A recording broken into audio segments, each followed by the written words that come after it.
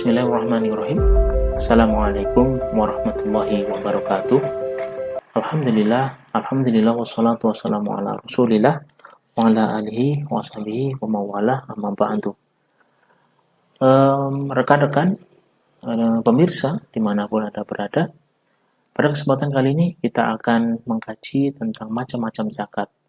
Namun pada kesempatan kali ini yang pertama kita akan membahas tentang zakat emas dan perak. Nah, namun sebelum kita lebih jauh membahas lebih detail tentang apa itu zakat emas dan perak, ada beberapa hal yang ingin saya sampaikan. Pertama, apa itu emas dan perak? Nah, kemudian ilat atau mengapa, apa alasan emas dan perak itu perlu dizakati? Yang ketiga, apa dasar hukum keduanya? Kemudian syarat-syarat apa saja yang harus dipenuhi pada emas dan perak sehingga dia wajib untuk dizakati. Kemudian nisab, dan yang terakhir tidak lupa kita akan mencoba berlatih menghitung zakat emas dan perak.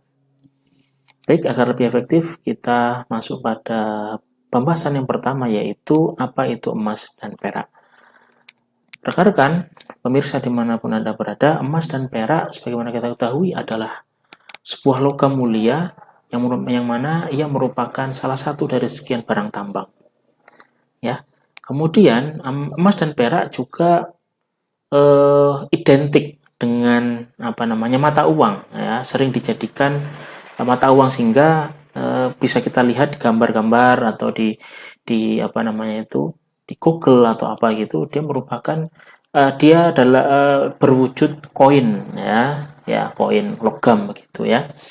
Nah, sebelum itu masyarakat pada waktu itu dalam melakukan transaksi mereka masih menggunakan sistem barter, yaitu benda A ditukar dengan benda B, ya kemudian ya begitulah cara mereka untuk melakukan transaksi gitu ya. Karena pada waktu itu belum ada atau belum ditemukan mata uang. Lambat laun nampaknya perlu ada terdapat semacam perkembangan, ya, kemajuan, sehingga mereka menjadikan emas dan perak menjadi salah satu alat tukar. Nah, alat tukar dalam bentuk logam ini, teman-teman, ya memang punya asal usul. Ya, pertama, emas itu memang dari Romawi, dikenalkan oleh dari bangsa Romawi, dan perak itu dari bangsa Persia. Dan pada zaman Nabi pun juga hal ini masih dipergunakan menjadi salah satu alat tukar pada waktu itu. Mengapa? Karena emas dan perak masih memiliki nilai, ya, nilai. Dan kadar tinggi atau rendahnya itu dihitung berdasarkan berat, ya, berat dari masing-masing benda tersebut. Nah, kemudian kita masuk pada pembahasan kedua, yaitu ilat. Ilat bisa dikatakan sebagai alasan, dalil, ya, alasan mengapa emas dan perak itu menjadi objek zakat atau objek harta yang harus dizakati. Keduanya, emas dan perak ini sering digandeng, ya, karena keduanya ini tadi memiliki aspek kesamaan. Aspek kesamaannya yaitu keduanya beririsan, sama-sama memiliki nilai an-nama. An-nama itu apa? Nama itu sebagaimana saya kemarin kita jelaskan adalah nilai produktif, ya, nilai yang senantiasa meningkat dari masa ke masa. Bahkan emas dan perak tidak jarang menjadi alat suatu investasi. Bahkan konon kabarnya sebagai alat investasi yang paling aman. Mengapa? Ya karena itu tadi, turun pernah, ya, harganya turun pernah, ya, tapi sering kali meningkat, naik terus. Nah, ini menjadi konon kabarnya menjadi salah satu alat tukar yang alat investasi, sehingga dia menjadi harta yang wajib untuk dizakati. Kemudian emas dan perak menjadi objek yang wajib dizakati karena memang dia juga suatu hal yang dilarang untuk digunakan, khususnya pada kaum laki-laki. Berbeda dengan kaum perempuan, dia diperbolehkan digunakan selama itu digunakan secara wajar sebagai hiasan. Ya, bagi laki-laki itu suatu hal yang dilarang. Kedua, emas dan perak juga tidak jarang dipakai atau digunakan sebagai bahan bentuk suatu perhiasan. Atau maksudnya perabotan ya, seperti piring, mangkok yang mana itu semuanya digunakan untuk sebagai barang hiasan semata, tidak digunakan. Nah, itu dilarang. Mengapa? Karena jelas ini secara aspek sosiologis dapat menghancurkan perasaan orang atau kaum miskin atau teman-teman kita yang masih belum beruntung. Bagaimana mungkin suatu hal yang berharga memiliki nilai dijadikan atau menjadi bahan alat untuk mereka makan misalnya, kalau jadikan piring, atau tidak ayal dijadikan sebagai gelas misalnya. Nah, padahal masih banyak golongan atau kelompok yang membutuhkan hal itu, sehingga aspek larangannya itu dikarenakan karena ada unsur kemubadiran atau unsur terlalu berlebih-lebihan, al-israf di situ. Wallahu a'lam bishawab. Kemudian disimpan ya. Jadi emas dan perak itu sebenarnya dilarang disimpan. Ya, dilarang untuk disimpan. Nah, akan tetapi dianjurkan untuk senantiasa diinvestasikan, dibelanjakan, diputar agar produktif dan seterusnya gitu ya. Ada sebuah kaidah ya yang mana ulama sepakat hurima istimaluhu, apa saja yang dilarang atau diharamkan untuk digunakan ya, wa ittikhaduhu zinatan tajibu zakatuhu. Nah, emas dan perak memenuhi persyaratan ini. Pertama, dia juga diharamkan. Bagi laki-laki dilarang digunakan. Terus kemudian dilarang untuk dijadikan perabotan ya, karena ada unsur tadi itu, israf atau berlebihan tadi. Nah, kemudian dan dia dijadikan hiasan. Nah, ini di sini. Nah, tajibu zakatuhu, maka emas dan perak menjadi objek yang wajib untuk dizakati. Nah, kita lanjutkan. Nah, zakat emas dan perak atau emas dan perak menjadi salah satu objek zakat yang dari nas itu diwajibkan atau masyru'iyah zakatnya itu ada di dalam nas ya, dalam Al-Qur'an contohnya. Sebagaimana surat At-Taubah ayat 34, ya ayyuhalladzina a'udzu billahi minasyaitonir rajim, ya ayyuhalladzina amanu inna katsiran minal akhbar war-ruhban la ya'kuluna amwalan nasi bil batil wa yusudduna an sabilillah walladzina yaknizuna dzahaba wal fiddah, dan orang-orang yang menyimpan emas. Ini ya, menyimpan emas wal fiddah dan perak wala yunfikunaha fi sabilillah fabashshirhum bi'adzabin alim, dan menyimpannya tidak menginfakkan maka akan mendapatkan sisa yang pedih. Nah, dari sini muncul semacam sebuah maklumat bahwa emas dan perak itu hendaknya ya tidak disimpan gitu ya, tidak disimpan akan tapi diproduktifkan. Dengan apa? Ya bisa mungkin di hal-hal yang sifatnya berkembang atau disedekahkan ya, seperti itu. Wallahu a'lam bishawab. Nah, At-Taubah surat At-35 juga menjelaskan hal yang sama. Kemudian dari hadis pun juga memberikan ancaman bagi mereka yang memiliki emas dan perak dan tidak mau mensedekahkannya, menyimpan dan kemudian tidak mau disedekahkan. Nah, ini ancamannya cukup sangat pedih. Nah, ijma ulama konsensus sepakat bahwa emas dan perak adalah harta yang wajib untuk dizakati. Nah, lebih cepat syarat wajib zakat emas dan perak ya.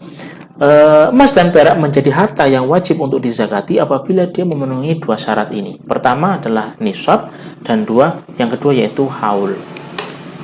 Ya, nisab sebagaimana sudah kita jelaskan bahwa nisab adalah standar minimal. Ya, standar minimal harta itu menjadi wajib untuk dizakati. Nah, bagaimana dengan emas? Nisab emas menurut riwayat itu 20 dinar. Mengapa? Ada sebuah riwayat bahwa karena Rasulullah SAW itu mengambil dari setiap 20 dinar itu separuh dinar. Artinya apa? Setelah 20 dinar itu sudah ada kewajiban untuk dikeluarkan, diambil hak, ya, suatu hak dari harta tersebut. Itu emas. Kedua perak. Perak itu 200 dirham. Nah, bagaimana menghitungnya? Ada sebuah laisa fi matuna tuna khamsi awakin minal warek, ya, sedekah. Minal warik atau minal warok ini. Kurang dari 5 uqiyah emas itu tidak wajib dizakati. Nah, sekarang 5 uqiyah itu berapa? Nah, 1 uqiyah itu 40. Maka 40 dikalikan 5 maka 200 dirham. Ini menurut Imam Nawawi. Ya, artinya kalau seseorang menyimpan uang, menyimpan emas mencapai 200 emas 20 dinar, maka dia sudah terkena kewajiban. Atau menyimpan perak 200 dirham, dia sudah terkena kewajiban. Nah, ini konversinya. Ya, konversi menurut Yusuf Al-Qaradawi bahwa satu emas atau emas 1 dinar itu memiliki kadar atau berat 4,25 gram emas. Nah, kemudian untuk mengetahui berapa kadar kadarnya, nah, kita tinggal kalikan saja 4,25 kalikan 20 dinar, maka ketemu 85 gram. Ya. Nah, tadi itu yang sebelumnya masih sifatnya sulit ya untuk diukur 20 dinar itu berapa. Nah, kita supaya lebih mudah kita konversi menjadi emas, maka seseorang yang sudah memiliki 85 gram emas dia memiliki kewajiban mengeluarkan zakat emasnya. Begitu juga dengan perak, yaitu 595 gram. Ya, gitu.